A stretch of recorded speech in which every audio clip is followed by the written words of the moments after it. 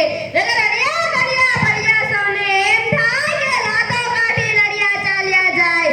ઝવેરચંદ મેઘાણીની આ પંક્તિ જીવનનો સાર આપી જાય છે. નમસ્કાર, હું છું મારું પિયા. આજે આપણે જે વિષય પર વાત કરવા જઈ રહ્યા છીએ, જે વિષય પર ચર્ચા કરવા જઈ રહ્યા છીએ કે આજનો યુવક કેવો હોવો જોઈએ. મિત્રો, આજના યુવાની વાત કરતા પહેલા હું તમને ઇતિહાસના પાના ખોલી તે યુવાનો વિશે જણાવવા માંગુ છું કે જેણે આપણા ભારત ભૂમિ માટે, પોતાના રાષ્ટ્ર માટે બલિદાન આપ્યા છે. તો યાદ કરો તે મહાભારતનો એક એવો કિરદાર કે જે 182 વર્ષ જીત્યો. એટલું તો હોવા છતાં પણ એને મહાભારતમાં સદાય યાદ રાખવામાં આવ્યો છે.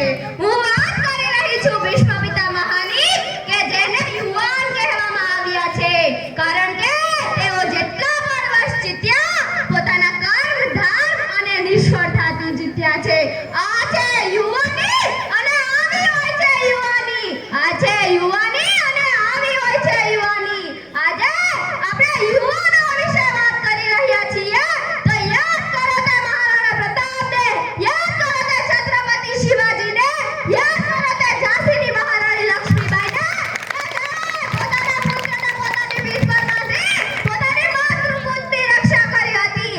આ છે યુવાની અને આવી હોય છે યુવાની. આજે આપણે યુવાનો વિશે વાત કરી રહ્યા છીએ.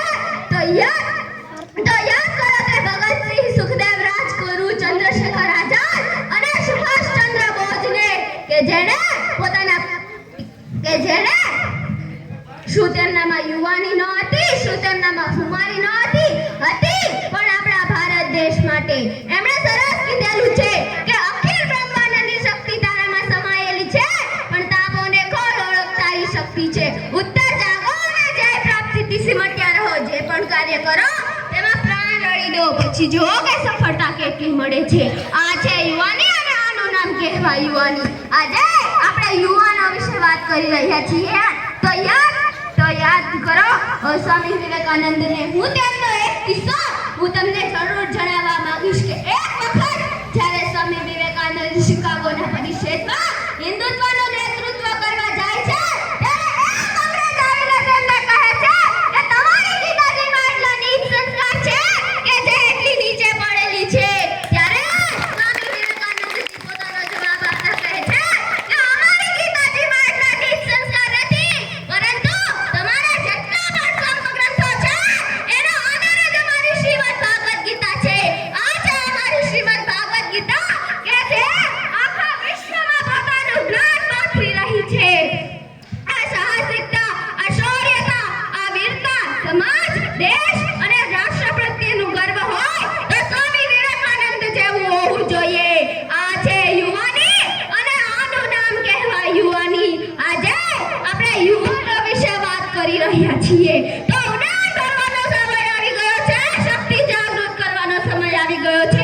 ઉડાન ભરવાનો સમય આવી ગયો છે, શક્તિ જાગૃત કરવાનો સમય આવી ગયો છે. બહુ જોઈ લીધા તે સુધી આંખે સપના, હવે તે સપનાનો સાકાર કરવાનો સમય આવી ગયો છે. બહુ જોઈ લીધા તે સુધી આંખે સપના, હવે તે સપનાનો સાકાર કરવાનો સમય આવી ગયો છે. મિત્રો, આજે આપણે યુવાનો વિશે વાત કરી રહ્યા છીએ. તો આપણા ભારત દેશમાં પણ એવા ઘણા યુવાનો છે કે જેણે આપણા ભારત દેશનું નામ રોશન કર્યું છે.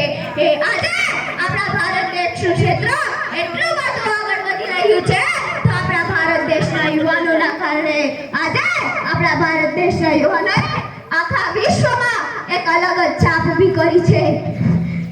એના જ કારણે મોટી મોટી કંપનીના CEO પણ આપણા ભારતીયો છે. અસ્તુ. જય હિન્દ, જય ભારત.